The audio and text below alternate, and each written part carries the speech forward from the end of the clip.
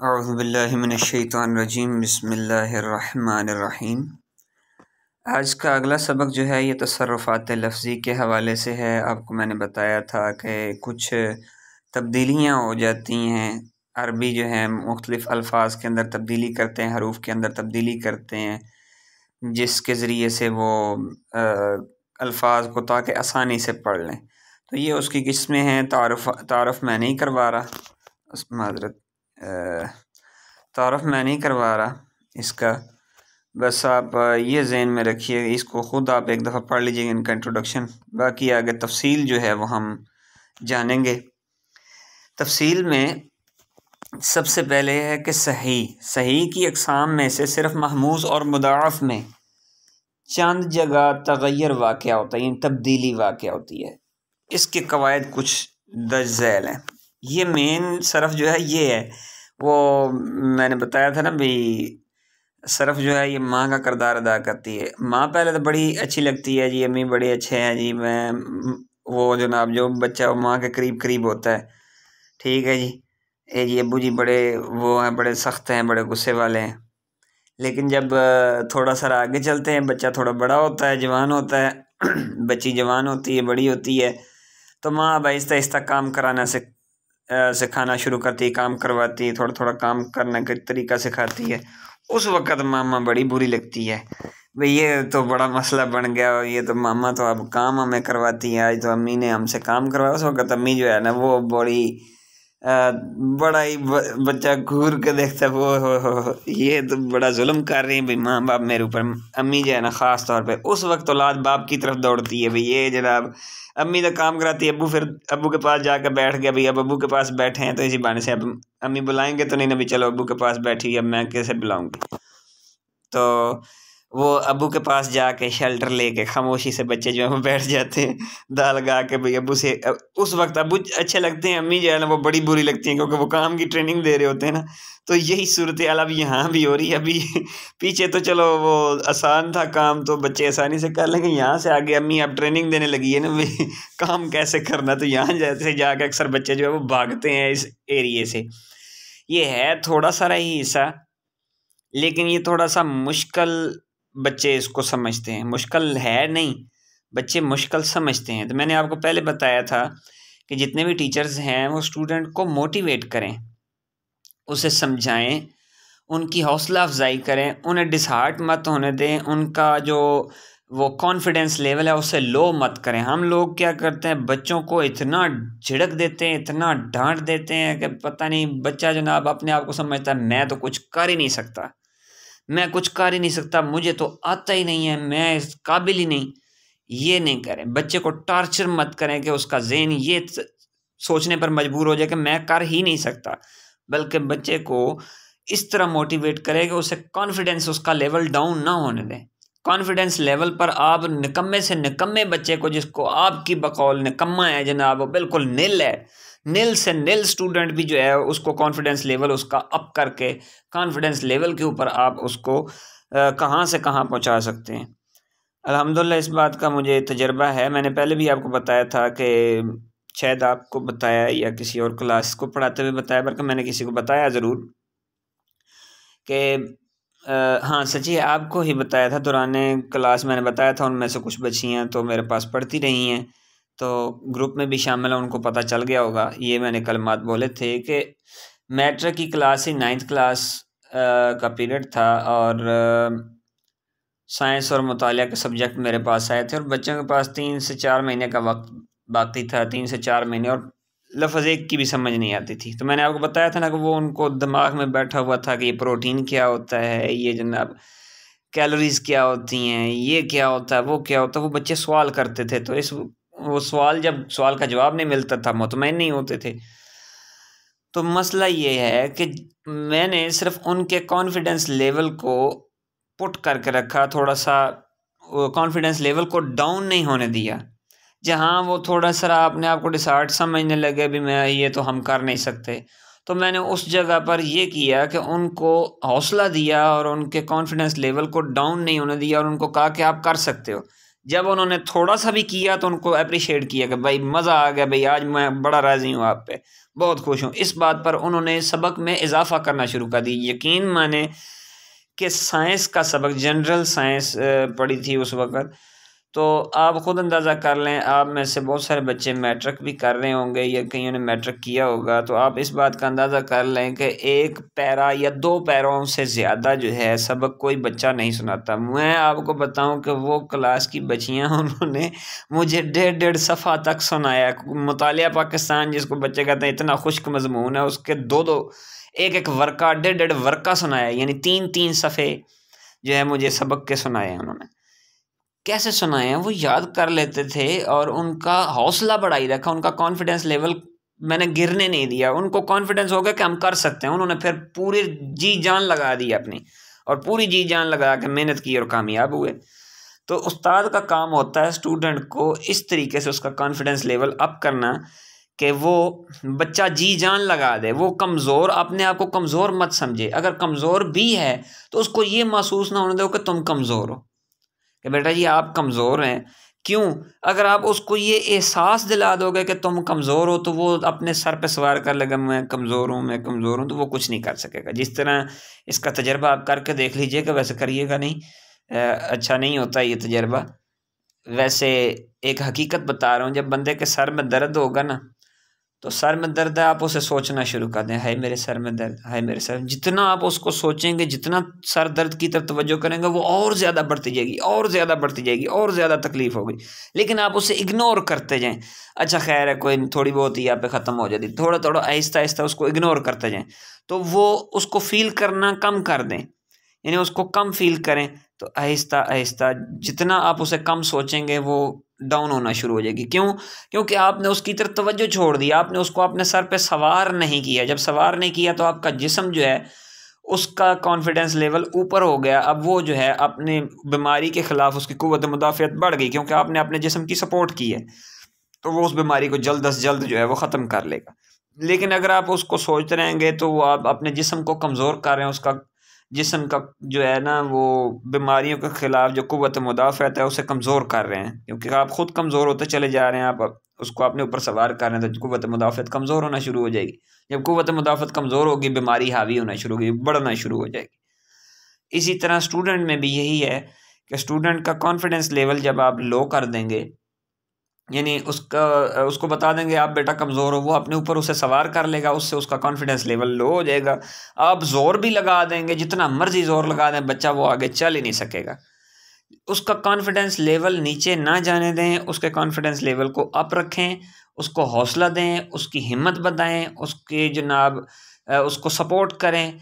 और अगर वो कमज़ोर है तो उससे कहें कि बेटा आप थोड़े बहुत कमज़ोर हो, दूसरा अगर कर लेता तो कोई बात नहीं, आपने परेशानी है, मैं बेटा आपके साथ हूँ, आप जिस वक्त भी आपको ज़रूरत होगी मैं हाजिर हूँ, आपने परेशान नहीं होना। सबक क्या होगा, थोड़ा देर से याद हो जाएगा, कोई बात नहीं, बस याद करके लाना है, मुझे याद चाहिए, देर लगे कोई मसला नहीं, थोड़ी देर से हो जाएगा, क्या हो गया, कोई बात नहीं, समझ नहीं आ रही मैं बताऊँगा, मैं समझाऊँगा या मैं समझाऊँगी।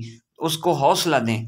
तो जिस तरह आप उसको हौसला देंगे तो वो बच्चा जो है आपके साथ उन्स भी करने लग जाएगा, उसके एक ख़ास लगाव हो जाएगा आपके साथ, वो आपकी बात को समझने लग जाएगा। दीगर टीचर्स भी आप इस बात को फॉलो करेंगे, दीगर टीचर्स जो हैं उनकी बजाय वो आपकी बात को ज़्यादा फॉलो करेगा और आपको आप से ज़्यादा वो बच्चा मानूस होगा। तो जब ऐसी कंडीशन होगी तो दीगर टीचर्स भी हसद करना लग जाते हैं, कहते लो जी ये तो उनकी तरफ जाते हैं भाई, वो फिर हसद करना शुरू कर देते हैं। उनसे कहें कि हसद नहीं करें, मसला ये है स्टूडेंट को उसके मयार के मुताबिक जब पढ़ाएंगे तो स्टूडेंट को तालीम चाहिए। जो टीचर तालीम देता है, इल्म देता है, उसका हौसला बढ़ाता है, स्टूडेंट को अप्रिशिएट करता है, स्टूडेंट हमेशा उसको अपना आइडियल टीचर मानता है। तो जो अप्रिशिएट नहीं करता वो उसको स्टूडेंट जो है अपना आइडियल नहीं मानता। तालीम में जो उस्ताद कमज़ोरी दिखाता है, स्टूडेंट उसे अपना आइडियल नहीं मानता। अब हम आगे की तरफ चलते हैं। तो मैंने बताया कि ये सबक यहाँ से बच्चे थोड़ा सा मुश्किल महसूस करते हैं, हो सकता है टीचर्स भी महसूस करते हो कि खुश्क सा यहाँ से आ जाता है काम। तो बच्चों को जिस तरह मैंने आपको समझाया कि बच्चों को बताएं जी अब अम्मी जी जो है ना आपको काम कराने की तरफ ले आई हैं, आप ट्रेनिंग देंगे कि जनाब बेटा खाना कैसे पकाना है, हांडी कैसे पकानी है और बाहर अंदर निकलना, बाहर उठना बैठना कैसे। अब आपको सलीका से खाना शुरू कर दिया अम्मी ने। तो इस जगह पे अम्मी बड़ी बुरी लगती हैं, तो आपने बुरा नहीं समझना, मैं आपको की हेल्प करूँगी या करूँगा तो आपको मज़ा आएगा पढ़ने में। यहाँ जो है आगे यहाँ उन्होंने बताया कि महमूस और मुदाफ़ में चंद जगह पर जो है तब्दीली होती है। अब जो महमूज है इसके फ़ा ऐन और लाम कलमा की जगह पर अक्सर हमज़ा आ जाता है और इसकी तखफ़ीफ़ की दो सूरतें हैं, एक है जवाज़ी सूरत, एक है वजूबी। यानी एक सूरत में हमज़े को हज़फ करना जायज़ है और एक सूरत में हज़फ करना जो है वो वाजिब है। जिस तरह के अब जो है वो हम एक हमज़ा के तखफ़ीफ़ के कायदे जो हैं वो जानेंगे। ठीक है जी, एक हमज़ा का जो तखफ़ीफ़ है ना उसके कायदे को हम समझेंगे। सबसे पहले एक हमज़ा, तो अब आपको मैं थोड़ी सी एक बात बता दूं, वजाहत कर दूं कि जहाँ एक हमज़ा होगा ना वहाँ जब हज़फ करेंगे तो हज़फ करना होता है गायब कर देना, ख़त्म कर देना, गिरा देना। ठीक है, हज़फ का मतलब होता है ख़त्म कर देना, गिरा देना, यानी उसको तहरीर में, ज़ब्त तहरीर में ना लाना किसी कलमे को, तो उसको हज़फ कर दिया जाता है। हमज़े को, एक हमज़े को जब हज़फ किया जाए तो इसकी तखफ़ीफ़ जवाज़ी होती है, यानी वहाँ जायज़ का कलमा इस्तेमाल करें। जहाँ भी एक हमज़ा होगा वहाँ जब कायदा लगेगा वहाँ उसकी तखफ़ीफ़ जायज़ है। अगर आप उसको ज़ाहिर कर देंगे कोई ये नहीं कहेगा गलत किया, बल्कि जायज़ है। और बाज़ जगह पर दो हमज़े होते हैं। अब जहाँ दो हमज़े एक ही कलमे में इकट्ठे आ जाते हैं या अलग अलग आ जाते हैं, वहाँ अगर कायदा कुलिया लगता है तो वहाँ अगर एक हमज़ा हज़फ होता है तो उसमें वो बाज़ मकामात पर जायज़ और बाज़ मकामात पर वाजिब है उसका हज़फ करना। अब सबसे पहले हम जायज़ वाला यानी एक हमज़े के कायदे पढ़ेंगे। मुख्तसर से कायदे हैं, सिंपल से। आपने ये टोटल कितने कायदे हैं? 3। इन्होंने 4 लिखे हैं, मैं साबित करूँगा 3 किस तरह है। आपके लिए बच्चों को आसान करके बताएं, ज़्यादा गहराई में ना उतारें उन्हें। अगर गहराई में उतारना भी है तो तसल्ली से उन्हें समझाएं कि उनके मयार के मुताबिक, उनकी सोच के मुताबिक, उनके ज़हन के मुताबिक उन्हें समझाएं। पहला कायदा क्या है? अगर हमज़ा साकिन या मुतहर्रिक हो, हमज़ा साकिन हो या मुतहर्रिक हो तो हमज़ा को अपने माक़बल हरफ की हरकत के मुताबिक हरफ इल्लत से बदलना जायज़ है। यानी हमज़ा चाहे वो साकिन है चाहे वो मुतहर्रिक है, उस पर ज़बर ज़ेर पेश आई हुई है, तो करना क्या है, उसके पीछे वाला जो कलमा है, हमज़ा के पीछे वाला जो कलमा है, उस कलमे को जो हरकत, उस कलमे पर जो हरकत आई हुई है, यानी ज़बर आई हुई है, ज़ेर आई हुई है, पेश आई हुई है, तो उस हरकत के मुताबिक हरफ इल्लत से बदलना जायज़ है। मिसाल मैं देता हूँ जी, ये हरफ इल्लत से किस तरह बदलना, जिस तरह ज़बर जो है ये अलिफ की आवाज़ देती है तो इसका मतलब अलिफ से बदलेंगे। पेश जो है ये वाव की आवाज़ देती है, इसका मतलब है यानी उनकी हम आवाज़, उस हरकत के हम आवाज़ हरफ इल्लत, यानी पेश वाव की आवाज़ देती है तो वाव से तब्दील करेंगे। ज़ेर जो है या की आवाज़ देती है तो या से चेंज करेंगे। जैसे बा ज़ेर बी, ठीक है जी, बा या बी, ठीक है जी, बा ज़बर बा, बा अलिफ बा, बा पेश बू, बा वाव बू, यानी कि एक ही आवाज़ है। तो पेश हो तो वाव से, ज़बर हो तो अलिफ से, ज़ेर हो तो या से हमज़ा को बदलना जायज़ है। अगर हमज़ा मुतहर्रिक या साकिन हो अकेला, एक हमज़ा हो, बस ये ज़हन में रखना, एक हमज़ा हो, अकेला हो, चाहे वो साकिन है चाहे मुतहर्रिक है, तो उसके पीछे जो हरकत आ रही है उसके मुताबिक हरफ इल्लत से बदल देना है। जैसे लफ्ज़ है र सुन, हमज़ा एक था लेकिन साकिन, पिछले कलमे में रा है, रा पर ज़बर, पिछला कलमे में रा पर ज़बर है, तो ज़बर जो है वो अलिफ को चाहती है, इसका मतलब है अलिफ से बदलेंगे, रा सुन हो जाएगा। ज़िबुन, ठीक है जी, ज़िबुन, ज़िबुन जो है ये हमज़ा से पहले ज़ेर है, ज़ाल के नीचे ज़ेर है तो या से बदल दीजिएंगे, ज़ीबुन हो जाएगा। बु सुन, बु सुन में हमज़ा से पहले पेश है तो हमज़ा को वाव से बदल देंगे, बू सुन हो जाएगा। ठीक है जी। और दो हमज़े के जो कायदे हैं, एक एक और कलमा मेरे ज़हन में आ रहा है, लफ्ज़ है मुमिन। कलमा क्या है जी? मुमिन। अब ये जो मुमिन है, इसको माक़बल हमज़ा साकन है, माक़बल की हरकत के मुताबिक जब चेंज करेंगे तो क्या बनेगा? मूमिन। मोमिन। हम क्या बोलते हैं? मोमिन बोलते हैं ना, हम मुमिन तो नहीं कहते, अक्सर कहते हैं मोमिन, हम कहते हैं मोमिन। अब मोमिन अगर आप कहेंगे तो कोई भी बंदा ये नहीं कहेगा कि आपने गलत कलमा बोला है, बल्कि दुरुस्त बोला, क्योंकि वहाँ जवाजी तौर पर हमज़ा हज़फ हो गया। अगर मुमिन भी बोलेंगे तब भी जायज़ है, मोमिन बोलेंगे तब भी जायज़ है, ठीक है जी। मुअन्नस बोलेंगे तब भी जायज़ है, मुअन्नस बोलेंगे तब, मुअन्नस बोलेंगे तब भी जायज़ है। तो इस तरह ये जायज़ है। अब आ गया दूसरा कायदा। पहला कायदा फिर से मैं एक बार दोहरा देता हूँ, हमज़ा साकिन हो या मुतहर्रिक, पिछली उससे पहले जो हरफ पर हरकत होगी उस हरकत के मुताबिक हरफ इल्लत से बदल देना है। दूसरा कायदा है, हमज़ा मुतहर्रिक है, हमज़ा मुतहर्रिक है, लेकिन हमज़ा से पिछले वाला जो कलमा है वो साकिन है। हमज़ा तो मुतहर्रिक है, लेकिन पहले कायदे में पढ़ा था हमज़ा भी मुतहर्रिक हो या साकिन, चलो जी, लेकिन उसके पिछला हरफ मुतहर्रिक होना चाहिए, उस पर ज़बर ज़ेर पेश आ रही हो। लेकिन यहाँ जो है हमज़ा मुतहर्रिक है, लेकिन उसके पीछे वाला कलमा जो है वो मुतहर्रिक नहीं, उस पर जज़म आ जाती है। तो अब क्या करें? अब ये करें कि हमज़ा की हरकत अपने से पीछे वाले कलमे को दे देनी और हमज़ा को हज़फ कर देना। लफ्ज़ है यस आलू, लफ्ज़ है यस आलू। यस आलू में हमज़ा मुतहर्रिक है लेकिन सीन साकन है, सीन पर जज़म है। तो क्या करेंगे? हमज़ा को हज़फ कर देंगे, हमज़ा की हरकत जो है सीन को दे देंगे, तो यस आलू बन गया। उसके बाद है क़द अफ़लहा, क़द अफ़लहा। अब आपके ज़हन में होगा ये अफ़लहा में तो अलिफ है, अलिफ पर ज़बर है, तो ये बात पक्की तरह ज़हन में रख लें, अरबी के अंदर अलिफ जो है वो मुतहर्रिक नहीं होता। जो जिस अलिफ पर ज़बर ज़ेर पेश होती है हकीकत में वो हमज़ा होता है। बाकी जो है अलिफ जो है उस पर हरकत, किसी किस्म की हरकत नहीं आती, अलिफ बगैर हरकत के आता है। तो क़द अफ़लहा, ये अलिफ की सूरत में हमज़ा लिखा होता है। कभी वाव के ऊपर आपने हमज़ा देखा होगा, वो हमज़ा वाव की शक्ल में होता है। कभी या के ऊपर आपने हमज़ा देखा होगा तो वो हमज़ा या की शक्ल में होता है। ये तीन शक्लें ये तजवीद के अंदर आपको पता चलेगा। तो कायदे के अंदर भी वैसे दिया हुआ होता है, हमज़ा अलिफ की शक्ल, हमज़ा वाव की शक्ल, हमज़ा या की शक्ल।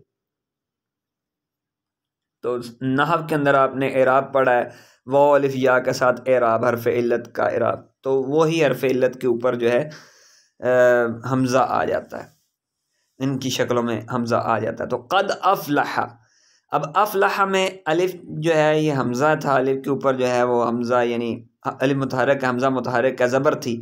दाल जो है वो साकिन है, तो हमज़ा की हरकत दाल को दे दी है और हमज़ा को हज़फ कर दिया, तो बन जाएगा क़द अफ़लहा। अब आप कहेंगे क़द अफ़लहा लिखा हुआ मिसाल में, तो इसमें तो बीच में अलिफ डाला हुआ है, तो ये अलिफ जो है ये हमज़ा को ज़ाहिर करने के लिए आया हुआ है कि इस जगह पर हमज़ा हज़फ होया हुआ है, ये निशानी के तौर पर वैसे आया हुआ है। ये हमज़ा नहीं है, अलिफ डाला हुआ है, ये सिर्फ निशानी के तौर पर है ताकि आपको पता चल सके कि इस जगह पर हमज़ा का जवाज़ी तौर पर हज़फ हुआ है, क़द अफ़लहा।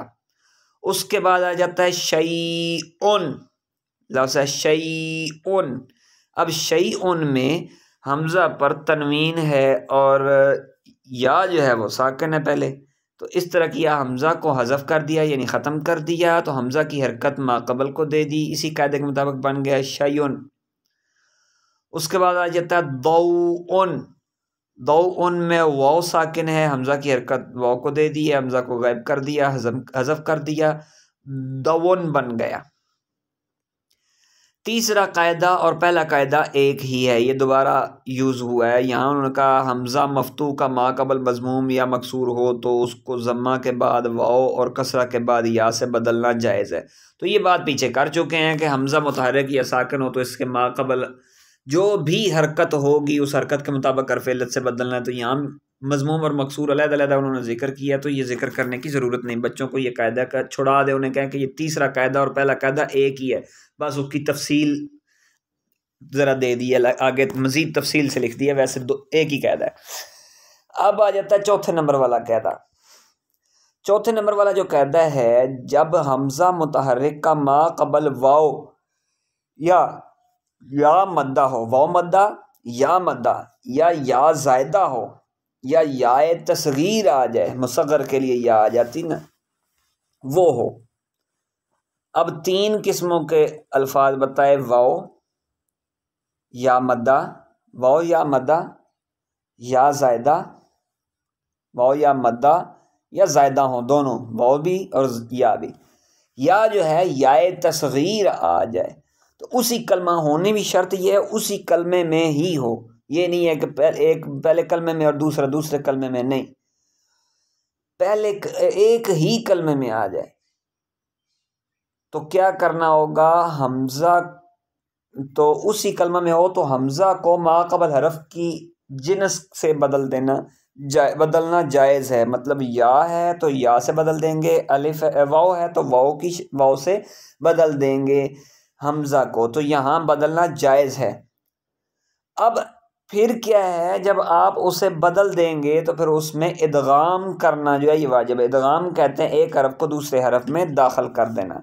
पहला हरफ साकिन था, या मद्दा साकिन ही थी, वाव मद्दा साकिन थी, या तसगीर साकिन थी, या ज़ायदा साकिन थी, वाव ज़ायदा साकिन थी, तो उस साकिन वाव के बाद हमज़ा आ रहा था, उस साकिन या के बाद हमज़ा आ रहा था, हमज़ा को या से बदल दिया और वाव से बदल दिया। अब इदगाम वाजिब हो जाएगा क्योंकि 2 हरफ इकट्ठे आ गए, हम जिन हरूफ इकट्ठे आ जाएं तो कायदा लगता है इदगाम का, वो इदगाम के कायदे भी आगे आ जाएंगे। जब 2 हम जिन्स हरूफ एक कलमे में इकट्ठे आ जाए तो उनमें इदगाम होता है, वो उसकी कुछ सूरतें हैं, जैसे मकरूअतुन, खतियतुन, उफय्यसुन। मकरूअतुन असल में था मकरूअतुन, हमज़ा से पहले वाव साकिन थी, हमज़ा को वाव से तब्दील कर दिया। खतीअतुन, खतीअतुन में हमज़ा से पहले या साकिन थी, हमज़ा को या से बदल दिया। उफ़य्यिसुन, इसमें हमज़ा से पहले या थी, या तसगीर की थी या, तो इसको हमज़ा को या से बदला, अब बन गया मकरूवतुन, खतियतुन, उफ़य्यिसुन। अब या को या में इदगाम कर दिया, वाव को वाव में दाखिल करके ऊपर शद दे दी। शद वाला हरफ आपको पता है कि 2 हरफ होते हैं, उसमें आप वो 2 मरतबा पढ़ा जाए, एक मरतबा पिछले कलमे से और एक मरतबा अगले कलमे से मिलाकर पढ़ा जाता है। जैसे अब्बा, तो हमज़ा ज़बर बा, अब एक मरतबा पीछे पढ़ा गया, बा ज़बर बा, अब अलहदा अकेला भी पढ़ा गया, यानी 2 मरतबा बा जो है वो पढ़ी गई है। तो ये 2 कलमे होते हैं, जो शद वाले कलमात होते हैं वो 2 होते हैं। अब आगे नोट में उन्होंने एक कायदे के एक मिसाल दी है, रा या रा की मिसाल दी है। उन्होंने कहा कि इनके तमाम मुश्तक़ात रा या रा से जितनी भी सरफ़ सगीर बनती है ना, वो सारी के सारे मतलब के सीगे हर किस्म का, उसमें कायदा नंबर 2 लगा है। हालांकि कायदा नंबर 2 में ये जो एक हमज़े कायदे थे मैंने बताया था, ये जवाज़ी तौर पर हज़फ करते, लेकिन उन्होंने कहा कायदा नंबर 2 है, लेकिन हज़फ जो है वो वजूबी तौर पर जारी हुआ है, यानी हज़फ जो है वो वजूबी तौर पर हज़फ है। तो कहते हैं कि यहाँ ये वजूब शाज़ है। शाज़ का कलमा पता नहीं पीछे आपने पढ़ा या नहीं, चलो मैं यहाँ फिर दोबारा वज़ाहत कर देता हूँ। शाज़ कहते हैं ऐसा कभी कभी होता है, फ़ारसी का लफ्ज़ है ई शाज़ अस्त, ये फ़ारसी का लफ्ज़ है ई शाज़ अस्त, ऐसा कभी कभी होता है, यानी कभी कभी कोई चीज़ को काम हो जाए तो उसको कहते हैं शाज़। मतलब कभी कभी, अक्सर नहीं होता। अक्सरियत कायदा कुलिया वही है कि जायज़ है, लेकिन वजूब का जो ये अमल हुआ है ये कभी कभार किसी किसी जगह पर किसी किसी फ़ेल में होगा। यहाँ इन्होंने रा या रा की मिसाल दे दी है। ये आपको डिक्शनरी के ज़रिए से पता चल जाएगा कि कौन से चंद कलमात हैं, किस कलमे में शाज़ के तौर पर जो है वो कायदा जारी हुआ है वजूबी तौर पर। असल में यरा जो है, असल में यरआ था, हमज़ा की हरकत माक़बल को दे दी, माक़बल को देकर हज़फ कर दिया, और या बाद फ़तहा के यानी ज़बर के बाद जो है अलिफ से बदल गई, वही था ना, या अलिफ से बदल गई। अब ये या अलिफ से बदली है, ये कायदा आगे चलकर पता लगेगा कि ज़बर के बाद अलिफ से क्यों बदली है, या यहाँ कायदा लिखा हुआ नहीं है, वो आगे कायदा आएगा, उस कायदे के ज़रिए से आपको पता चलेगा या क्यों बदली है। ठीक है, और ये इदगाम का भी मैंने बताया कि इदगाम के कायदे भी आगे आएंगे, कुछ कायदे आगे आ रहे हैं, अब मजबूरी है यहाँ, उन्होंने अब बताना तो था कि यहाँ क्या चक्कर चलाया, वहाँ वो अगले कायदे इस्तेमाल करके उन्होंने बताया यहाँ ये वाला कायदा लगाकर हमने इस तरह इसको इदगाम किया है और इस तरह इसको जो है वो हमने अलिफ से बदला है। आगे आ जाते हैं दो हमजे के कायदे। जब दो हमजे एक कलमा में जमा हो, पहला हमजा मुतहर्रिक और दूसरा साकिन हो, तो दूसरे हमजा को पहले हमजा की हरकत के मुताबिक हरफ इल्लत के साथ बदलना वाजिब है। जैसे आमना, ऊजिरा, ईसिर, असल में अमना, उजिरा, इसिर था। तो अब ये जो है दो हमजे थे, उन्होंने कहा पहला हमजा मुतहर्रिक होना चाहिए, दूसरा क्या है वो साकिन होना चाहिए। तो दूसरे हमजे को पहले हमजे की हरकत के मुताबिक बदलना है। कुलिया वही पहले वाला ज़हन में रखिएगा जो एक हमजे के कायदे में हमने पढ़ा था ना, हमजा मुतहर्रिक या साकिन मा कबल हरफ के हरकत के मुताबिक उसको हरफ इल्लत से बदलना है। कुलिया यहाँ भी वही लग रहा है, कायदा यहाँ भी वही लग रहा है, बस सिर्फ हमजे दो हैं तो इसलिए यहाँ वाजिब है बदलना। ठीक है, दो हमजे होने की वजह से यहाँ वाजिब हुआ है, वैसे कायदा पहला ही लग रहा है। ठीक है जी, अब यहाँ वही कायदा लगा तो ये ऊजिरा, ई सिर और आमना बन गया। ठीक है जी, नोट आ गया, आगे कहते हैं कुल खुज और मुर, असल में उ कुल उ खुज उ मुर थे। कायदा बाला के मुताबिक ऊ कुल ऊ खुज ऊ मुर होना चाहिए था, मगर कसरत इस्तेमाल की वजह से खिलाफ क़ियास दूसरे हमजा को भी हज़फ कर दिया जाता है। अब ये देख लें, उन्होंने यहाँ ये एक वजाहत भी साथ कर दी है कि कहीं आपके ज़हन में ये ना हो कि हमने कुल खुज मुर पढ़ा है, अमर का सीगा ये कुलू वशरबू है ना, असल है ऊ कुलू वशरबू। तो कुलू वशरबू, खुद खुद यदी अशकालना सय्यलना अशकालना। ठीक है, ये खुद यदी कलमा है ना, खुद यदी, ये खुद असल में ऊ खुद है, मुर असल में ऊ मुर है। ठीक है जी, तो यहाँ उन्होंने कहा कि ये असल में तो ये बनने थे, लेकिन कसरत इस्तेमाल की वजह से खिलाफ क़ियास, क़ियास तो ये था ये इसी तरह रहते, लेकिन खिलाफ क़ियास चाहिए तो ये था इस तरह रहते, लेकिन क़ियास के ख़िलाफ़ उन्होंने इसे हज़फ कर दिया है और हमज़ा वसली की ज़रूरत बाकी नहीं रही। दूसरे हमज़े को जब हमने हज़फ कर दिया तो पहले हमज़े की ज़रूरत ही बाकी नहीं रही, हमज़ा वसली की अब ज़रूरत नहीं रही, क्योंकि हमज़ा वसली तो साकन को पढ़ने के लिए आता है, साकन को पढ़ने के लिए आता है ताकि साकन कलमा पढ़ा जा सके। लेकिन यहाँ तो वो साकिन अब गिरा दिया, ख़त्म कर दिया, दूसरे हमज़ा को हज़फ कर दिया, तो अब हमज़ा वसली की ज़रूरत नहीं रहती, इससे भी गिरा दिया जाता है, ये ख़त्म कर दिया जाता है। अलबत्ता कुल और खुज़ में दूसरे हमज़ा का हज़फ करना वाजिब है, कुल और खुज़ में दूसरे हमज़े को हज़फ करना वाजिब है, जबकि मुर की दो हालतें, इब्तदाई कलाम में हमज़ा हज़फ हो जाता है, जैसे मुरू अबा बकरिन अन युसल्ली अन्नास, जाओ अबू बकर को हुक्म दो, अबू बकर को हुक्म दो कि वो लोगों को नमाज पढ़ाएं, मुरू हुक्म दो। जबकि दरमियान कलाम में हमज़ा बाकी रहता है, जैसे वामुर अहलका बिस्सलात, अपने अहल को नमाज पढ़ने का हुक्म दो। ये दोनों अहादीस से उन्होंने साबित किया है। और जैसे मुरू से सिबियानकुम बिस्सलात इज़ा बलगू सबअन वदरिबूहुम इज़ा बलगू अशरन, ये भी हदीस पाक है, अपने बच्चों को नमाज पढ़ने का हुक्म दो जबकि वो 7 साल की उम्र को पहुँच जाएँ, और नमाज ना पढ़ने की सूरत में उनको थप्पड़ रसीद करो जबकि वो 10 साल की उम्र को पहुँच जाए। जब दो हमज़े एक कलमा में जमा हो, अगला कायदा आ गया। ठीक है जी, ये कायदा नंबर 7 उन्होंने दिया। आप कहेंगे कायदा नंबर 7 कैसे, तो वो इस तरह, ये 4 नंबर कायदा पीछे से आ गया ना, छठा ये बताया था, नोट आ गया छठा नंबर, और 7वां नंबर कायदा ये था, और उसके बाद 8वां कायदा ये आ गया। जब दो हमज़े एक कलमा में जमा हो, इनमें से एक मकसूर हो, दूसरे हमज़े को या से बदलना वाजिब है, दूसरे हमज़े को या से बदलना वाजिब है। ये कुलिया थोड़ा सा हट कर है, ये बात थोड़ा सा सोचने वाली है।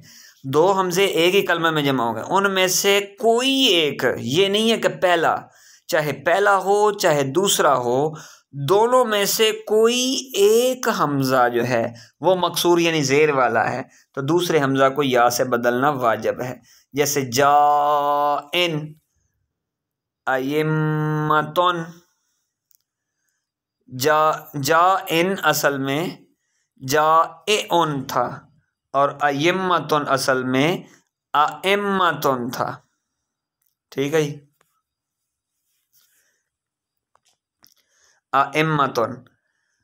अब जा ए उन में दूसरी जगह दूसरे हमजा को या से बदला तो जा ए युन बना। ठीक है जी। अब या पर जो है वो दम्मा दुश्वार है, जम्मा जो है वो या पर दुश्वार। अब या का कायदा लग रहा है, ये कायदा आगे चलकर मैंने आपको बताया, कुछ कायदे आगे के हैं।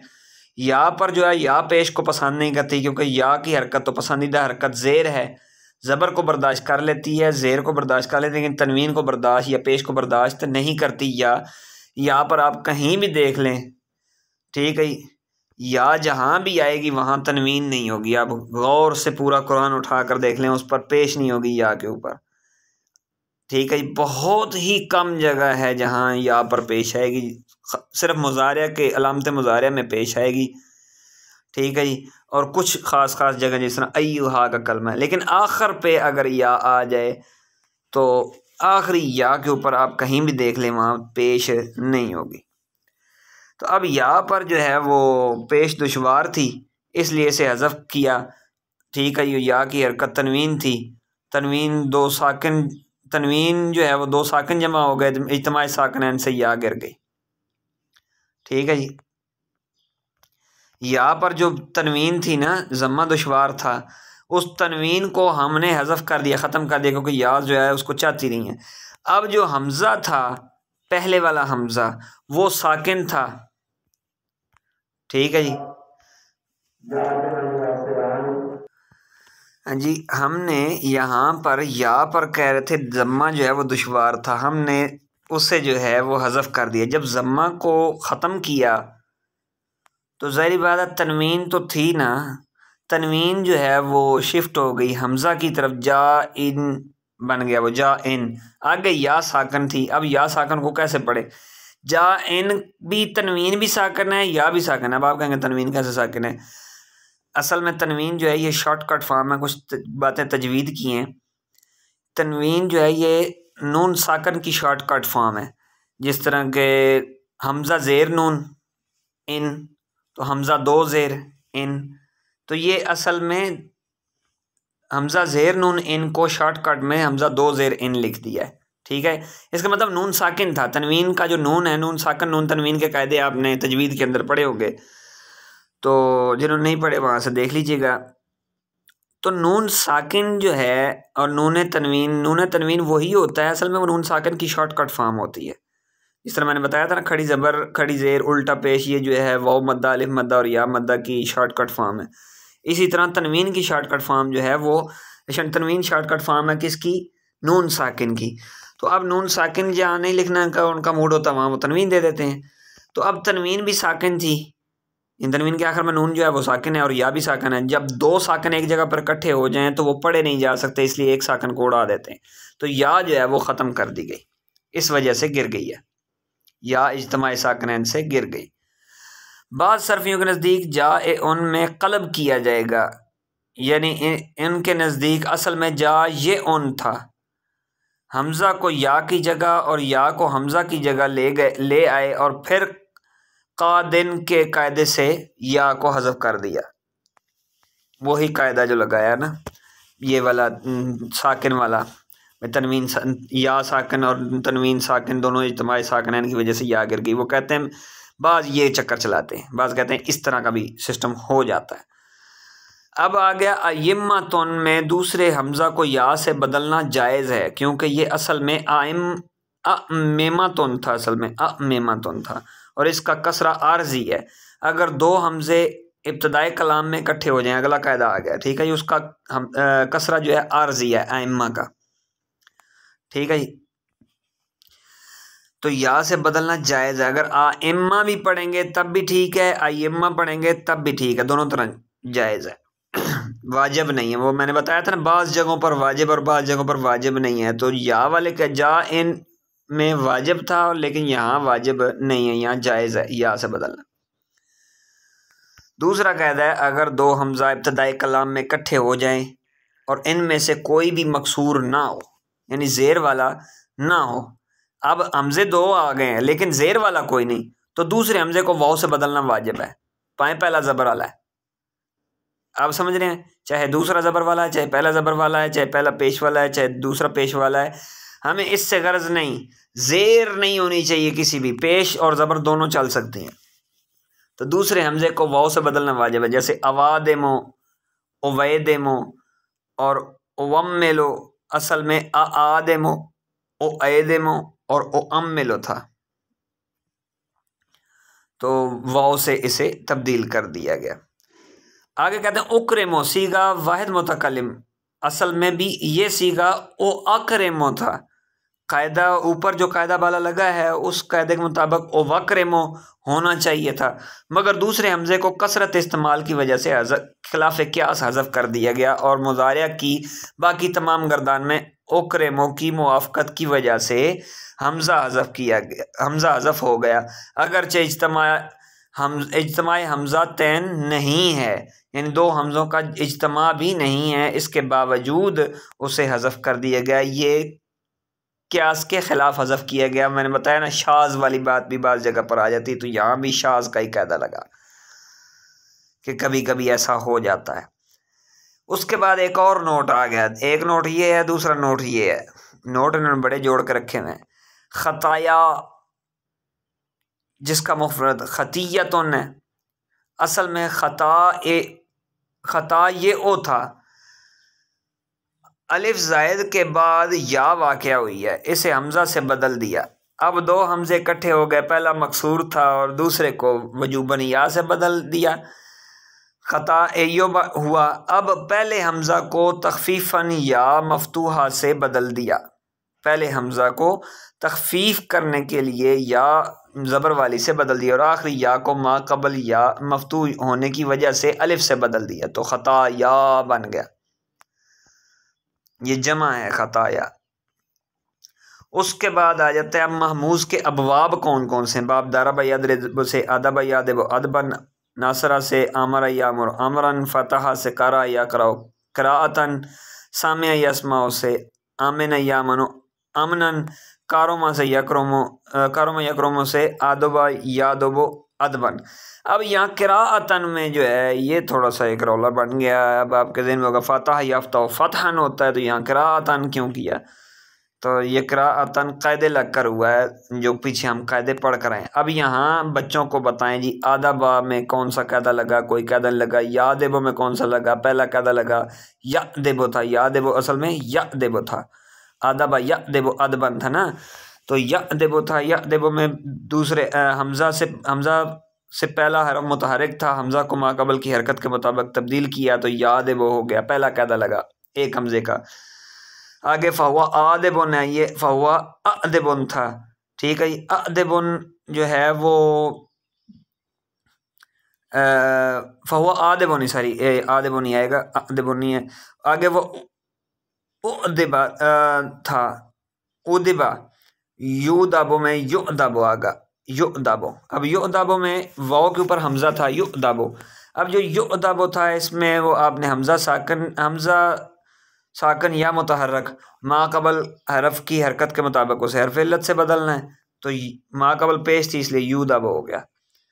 अदबन फ़ज़ा का मादूबन, अब मादूबन असल में था मदूबन, वही पहले वाला, एक ही कायदा चल रहा है पहले वाला, इसमें भी वो माकबल हरकत के मुताबिक बदला। लम यादिब लम यूदब, लम यादिब लम यूदब, ला यादिब ला यूदब, ला यादिब ला यूदब, ला यादिबन ला यूदबन, ला यादिबन ला यूदबन, यहाँ पहला कायदा ही चल रहा है, ठीक है जी। अब ये जो ईदिब है ना, यहाँ असल में इदिब था। अब दो हमज़े हो गए, एक हमज़ा वसली और एक हमज़ा ये, एक हमज़ा वसली एक हमज़ा असली, दो हमज़े इज्तिमाई हमज़ा तैन हो गया ना। अब दो हमज़े वाले कायदे लगे गए, हमज़ा मुतहर्रिक है, दोनों हमज़ों में से कोई हमज़ा साकिन हो या मुतहर्रिक हो, हम दो हमज़े एक कलमे में इकट्ठे हो गए हैं, दोनों में से कोई एक हमज़ा ज़ेर वाला हो तो दूसरे हमज़े को या से बदलना है। पहला हमज़ा ये ज़ेर वाला था, दूसरे हमज़े को या से बदल दिया, कायदे वही लग रहे हैं।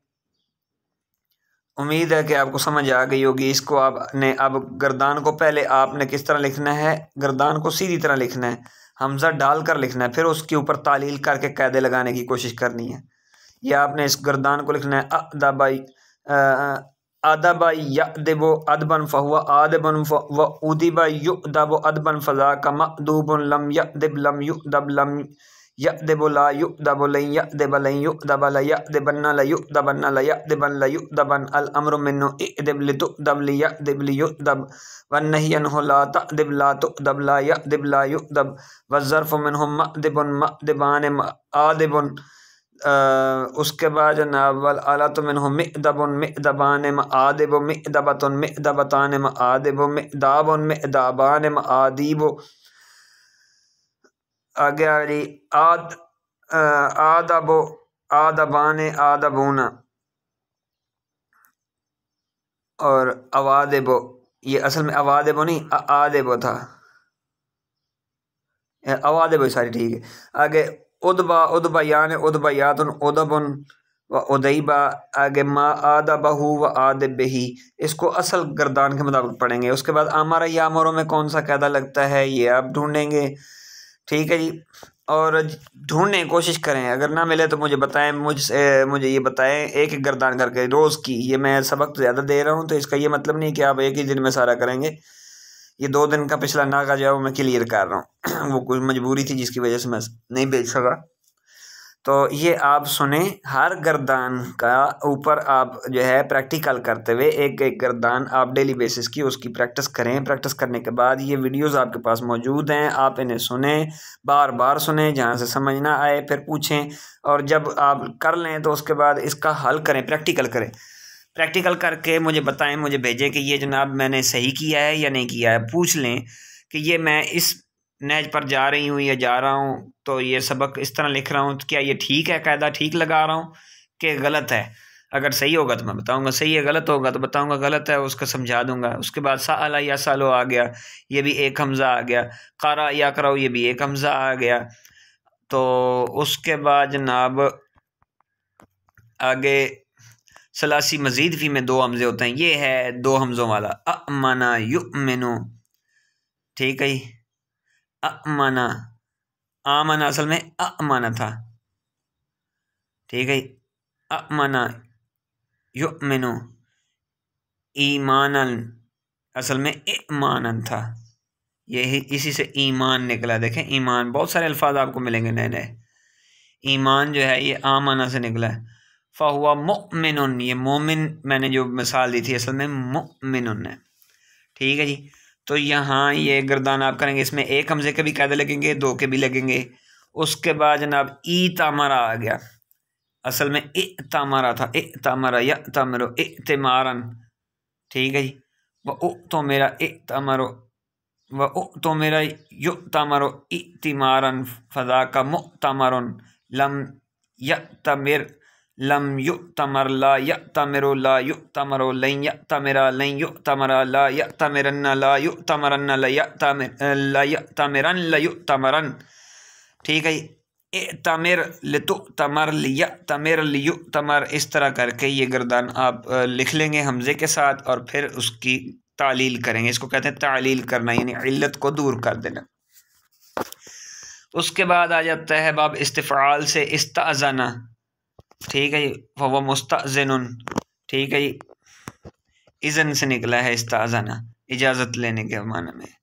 तो ये गर्दान मज़ीद फ़ी से आपने तैयार कर लेनी है। उसके बाद ये आखिर में बाब इफ़ाल तफ़ईल मफ़ाला तफ़ाउल तफ़ाउल इफ़्तियाल, ये नाम सब बाबों के दीन में और आगे उनकी मिसालें भी दी हैं। अब ये जो है मामूज़ुल फ़ा की मिसाल है, मामूज़ुल ऐन में इनसे ये आते हैं और मामूज़ुल लाम में इनसे ये कलमे आते हैं। तो ये हर एक की मिसाल उन्होंने दे दी है। उसके बाद आगे जनाब यहाँ से आगे अगला सबक क्या है जी, मुदाफ़ का। अगला सबक मुदाफ़ का है। मुदाफ़ जो है ये 2 हम जिन्स हरूफ यानी उनका तकरार आ जाता है, यानी 2 हरफ इकट्ठे एक ही जिन्स के आ जाते हैं, मुकर्रर ज़िक्र हो जाते हैं। 2 रे आ गई, 2 दालें आ गई, जैसे मादादा यानी मददुन, मदद मदद में 2 दालें इकट्ठी आई हुई हैं। अब यहाँ कायदे कुली अलग अलग से लगेंगे, तो इसकी वजह से ज़ुबान पर जो सिकल पैदा होता है, ज़ुबान पर थोड़ा बोझ पैदा होता है लफ्ज़ अदा करना, मुश्किल हो जाता है। जिस तरह कि मैं आपको मिसाल पहले भी दी थी, मुस्तनसर हुसैन तारड़, ये हमारे साबका सदर थे पाकिस्तान के, सन 98 की बात है। 1 साल डैडी बेचारे रहे, तो उसके बाद जैसे ही हुकूमत ख़त्म हुई तो ये फौत हो गए थे। माशाल्लाह बाशारा शख्स थे, बारिश थे, सफ़ेद दाढ़ी थी इनकी। तो इनका नाम था मुस्तनसर हुसैन तारड़। अब मुझे तो नाम ज़हन में है, मैं बोल देता हूँ तेज़ी से भी, लेकिन आप अगर इसको तेज़ी से बोलने की कोशिश करें या सही बोलने की कोशिश करें, बाज़ औक़ात आपकी ज़ुबान स्लिप होगी। मुस्तनसर हुसैन तारड़, तो यानी कि वजह क्या है, अल्फाज थोड़े से मुश्किल हैं, सिकल पैदा होता है, ज़ुबान पर बोझ पैदा होता है, ज़ुबान लिपट जाती है, उसको अदा करने में दिक्कत होती है। इसको कहते हैं सिकल, ज़ुबान पर कलमा का सकील हो जाना, भारी हो जाना। इसे दूर करने के लिए 3 तरीके हैं। एक है इब्दाल का, यानी कलमे को ही बदल देते हैं, दूसरे हरफ से बदल देते हैं, किसी दूसरे हरफ से बदल देते ताकि जनाब ज़ुबान आसानी से उसे अदा कर लें। दूसरा तरीका है हज़फ का, यानी उसे हज़फ ही कर देते, बीच में से एक हरफ को ही हज़फ कर देते हैं, दोनों में से।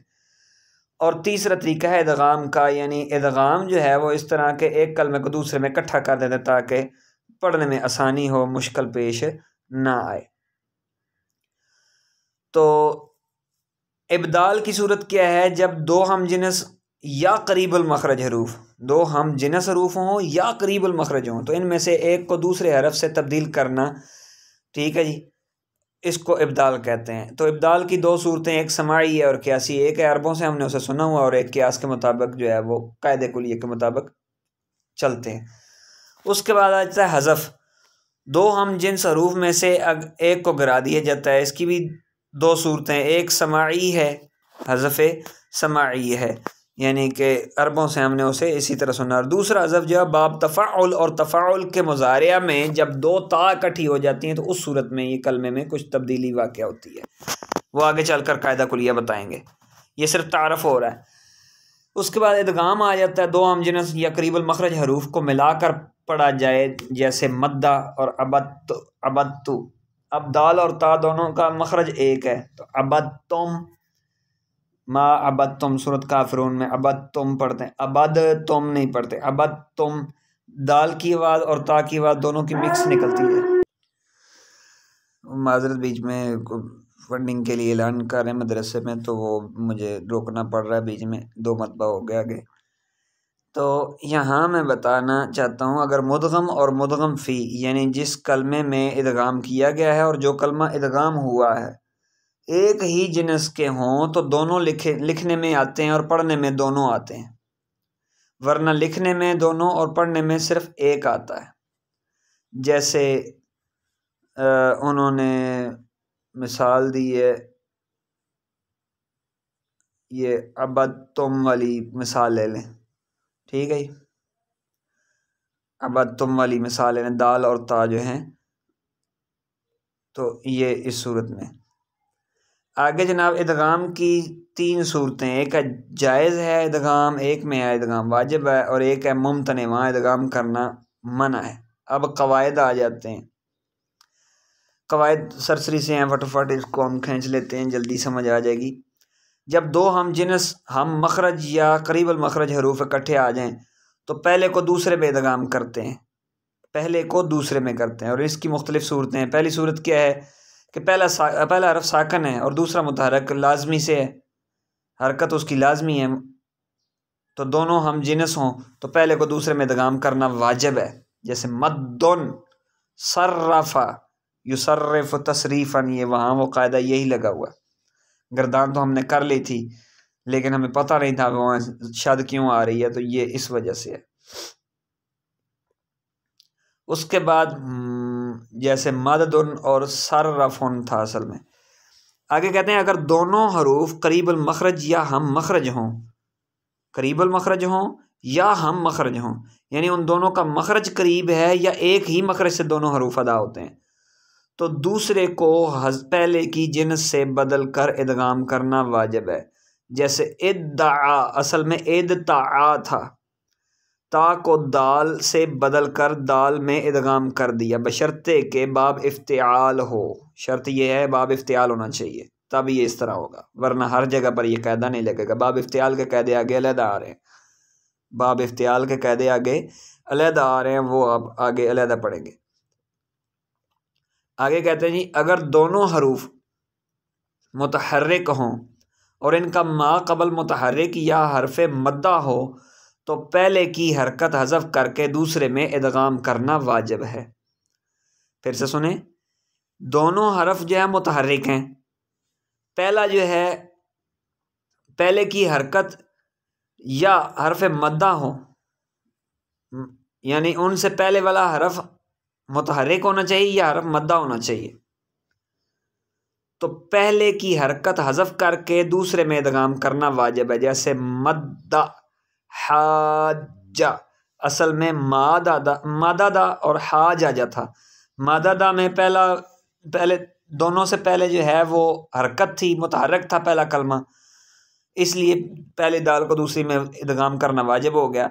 दूसरी मिसाल उन्होंने हाजा, इसमें अलिफ जो है ये मद्दा है, अलिफ मद्दा के बाद आ रहा है, इसलिए जीम, दोनों जीम में से पहली जीम को दूसरी में इदगाम कर दिया। और इनका अगर मा कबल हरफ सही साकिन हो तो पहले की हरकत मा कबल को देकर इदगाम किया जाएगा। जैसे यमुद्दो, इस तरद्दा, असल में यम दो और इस तरदादा था, इस यम दो में मीम साकिन है और इस तरदादा में रा साकिन है, तो हरकत तब्दील हो गई। अब जो मज़कूरा पाला सूरतों में दोनों हरूफ का एक कलमा में इज्तिमा शर्त है, ये नहीं है कि एक एक कलमे में हो, दूसरा बेचारे दूसरे कलमे, एक एक कलमे के आखिर में हो, दूसरा दूसरे कलमे के शुरू में हो तो हम इदगाम कर रहे हो, नहीं, यहाँ तक एक ही कलमा शर्त है। अब जो एक जो है पहले कलमे में और दूसरा दूसरे कलमे में हो, उसकी अब जो है वो मिसालें आगे आने वाली हैं, अब आगे वो डिटेल देने लगे। जब दो हम जिनस मुतहर्रिक हरूफ दो कलमों में जमा हो जाए, एक में नहीं दो कलमों में अलग अलग, और इनका मा कबल सही साकिन या मद्दा या लीन हो, तो पहले को दूसरे में इदगाम करना जायज़ है। जैसे फ़अलबीदुन, फ़अलबीदुन, अब यहाँ क़ाम मुहम्मदुन ऐन नस्रिन, तो ये असल में फ़अल, ये जनाब उन्होंने कहा दोनों कलमे जो हैं वो अलग अलग कलमे में हैं, उनका पहले वाला कलमा जो है सही साकिन होना चाहिए या मद्दा या लीन होनी चाहिए, दूसरे को पहले में दूसरे में इदगाम कर देते, पहले को दूसरे में इदगाम कर देते हैं। असल में फ़अला था, फ़अला लबीदुन, फ़अला लबीदुन, फ़अला, ठीक है जी। अब जो है वो पहले जो हरकत है वो मा कबल को दे दी है ना, पहले की हरकत है मा कबल को दे दी है, तो अब मा कबल को देकर जो दूसरे में इदगाम कर दिया गया है।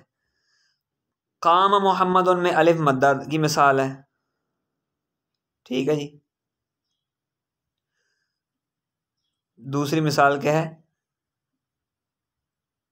काम मुहम्मदुन में अलिफ मद्दा की मिसाल है, मीम से पहले अलिफ है। अब जो है कामा मुहम्मदुन था तो काम मुहम्मदुन हो गया। ऐन नसरिन में जो है या लीन है, ऐनुन में या लीन है, या से पहले ज़बर है। हरूफ मद्दा और हरूफ लीन का आपको फ़र्क पता होना चाहिए। हरूफ लीन वो हरूफ होते हैं वाव और या से पहले ज़बर आ जाए, बऊ बई तऊ तई वाली आप कायदे में तख्ती पढ़ते थे, इनको लीन कहते हैं। और बा बू बी ये वाली तख्ती जो है कायदे के अंदर ये हरूफ मद्दा की है, तो ये हरूफ मद्दा या हरूफ लीन में से या इससे पहले कोई हरफ साकिन होना चाहिए, तब जो है ये इदगाम होगा।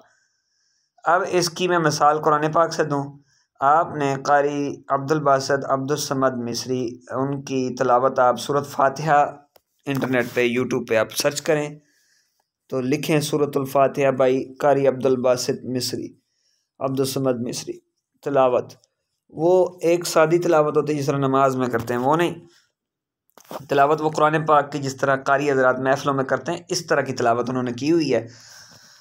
उसमें उन्होंने इसी कायदे का इस्तेमाल किया। अब मैं आपको पढ़ कर सुनाता हूँ। असल में अर्रहमानिर्रहीमी मालिकी यौमिद्दीन, ऐसे है।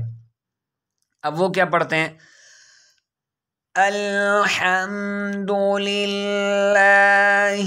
रब्बिल आलमीन अर्रहमानिर रहीम मालिकी यौमिद्दीन इय्याका नअबुदु व इय्याका नस्तईन।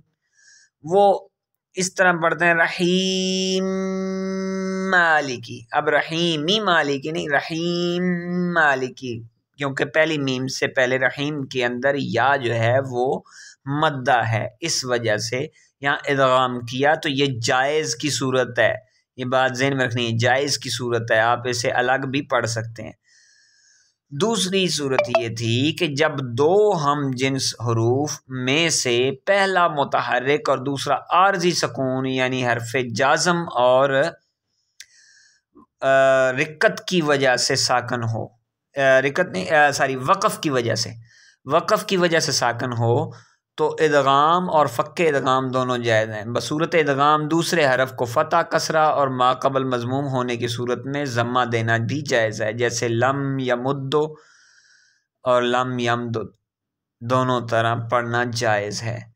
यानी इसे खोल कर भी पढ़ सकते हैं, इदगाम करके भी पढ़ सकते हैं। अब वो सूरतें बता रहे हैं जहाँ इदगाम करना मना है, जब दूसरे हरफ का सकून लाजमी हो, जैसे मददना, इसमें दाल का सकून लाजमी है क्योंकि ये फ़ेल माजी का सीगा है, और माजी में जो है ये इस जगह पर ये वाला हरफ साकन होता है। ठीक है जी, जमा मुन्नस का नून से पहले हरफ साकन होता है। दरबा दरबा दरबू दरबत दरबता दरबना, तो ये मददा मददा मददू मददत मददता मददना, तो यहाँ ये दाल साकन असली है, रियल। फिर दूसरी शर्त यह है दोनों हरूफ कलमा की इब्तदा में आए। दूसरी सूरत क्या है, अगर दोनों हरूफ ही कलमे की इब्तदा में आ रहे हैं, जैसे बाबारुन ताता दह राजा, तो ये आपने पीछे गर्दाने पढ़ी, तदाह राजा और ताता दाह राजा की गर्दाने आप पीछे पढ़ कर आए। तो ये दोनों हरूफ इब्तदा में अगर आ जाएँ फिर इदगाम नहीं होगा और ना ही कोई चेंजिंग होगी। तीसरी शर्त क्या है, तीसरी सूरत एक ये है कि दूसरे हरफ की हरकत लाजमी ना हो, आर्जी हो, जैसे उज़बुबिल कल्बा, असल में था उज़बुब अल कल्बा, तो ये बा के नीचे जो ज़ेर है ये लाम के साथ मिलाने के लिए हमने ज़ेर दी। ये अमर, असल में तो अमर का सीगा है, तो यहाँ ये अमर के सीगे को हमने साथ मिला दिया है अगले कलमे के साथ। उसके बाद जनाब दोनों मुतहर्रिक हरूफ का इज्तमा दो कलमों में हो और उनका माक़बल हरफ सही साकन भी ना हो, जैसे कर्म, उनका माक़बल हरफ सही साकन हो, सारी हरफ सही साकन हो, जैसे कर्म मालिकिन, तो यहाँ इदगाम नहीं होगा। पांचवी सूरत यह है कि दोनों हम जिन्स हरूफ हमज़ा हों, जैसे कारा अबू का, तो दोनों हमज़ा हम जिन्स हरूफ में से हैं, तो उसमें भी इदगाम नहीं होगा। अब आगे कहते हैं इदगाम की कुछ शर्तें हैं। नंबर 1, दोनों हरूफ का इस्तेमाल लाजमी है। नंबर 2, दोनों मुलहिक बा रुबाई ना हो, रुबाई से कोई भी मुलहिक बा रुबाई ना हो, यानी सिर्फ रुबाई हो, मुलहिक बा रुबाई ना हो। उसके बाद जनाब पहला हरफ अलिफ या हमज़ा से बदला हुआ ना हो, फिर पहला हरफ मद्दा ना हो, हरफ अव्वल मुशद्दद ना हो, उसके बाद जनाब इलाल मुआरज़ ना हो, यानी कोई इल्लत मुआरज़ा ना हो, बीच में कोई इल्लत ना पाई जाए। अब हरूफ पहला हरफ मद्दा ना हो, ये कैसे है, जैसे क़ालू वमा लना, अब क़ालू में वाव जो है ये मद्दा है, तो दूसरी वाव जो है वो ओरिजिनल है, ये वाव मद्दा है, तो वाव मद्दा या मद्दा या अलिफ मद्दा नहीं होनी चाहिए।